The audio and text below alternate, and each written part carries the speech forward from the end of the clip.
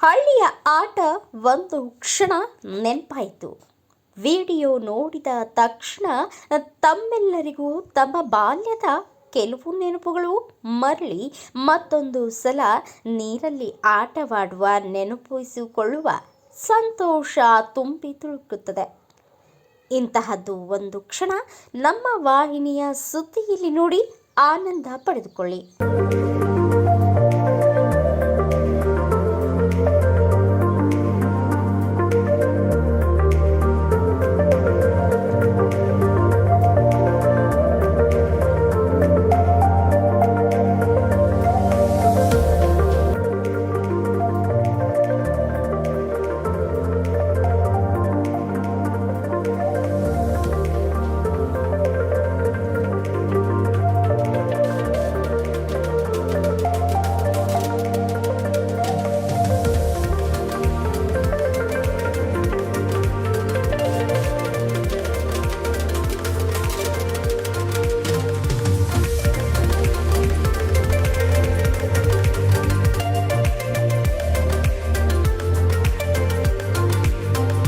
Bureau report Raju Munde, Bharat Vaibhava news, Belagavi.